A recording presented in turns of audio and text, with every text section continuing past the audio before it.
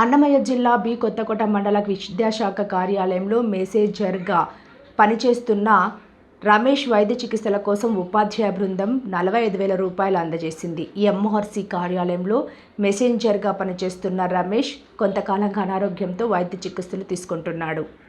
వైద్య చికిత్సలకు అవసరమైన ఖర్చుల కోసం మండల విద్యాశాఖ అధికారులు, కార్యాలయ సిబ్బంది, మండలంలోని ఉపాధ్యాయులు తలా కొంత విరాళాలుగా సేకరించి 45,000 రూపాయలు బుధవారం రమేష్కు అందజేశారు.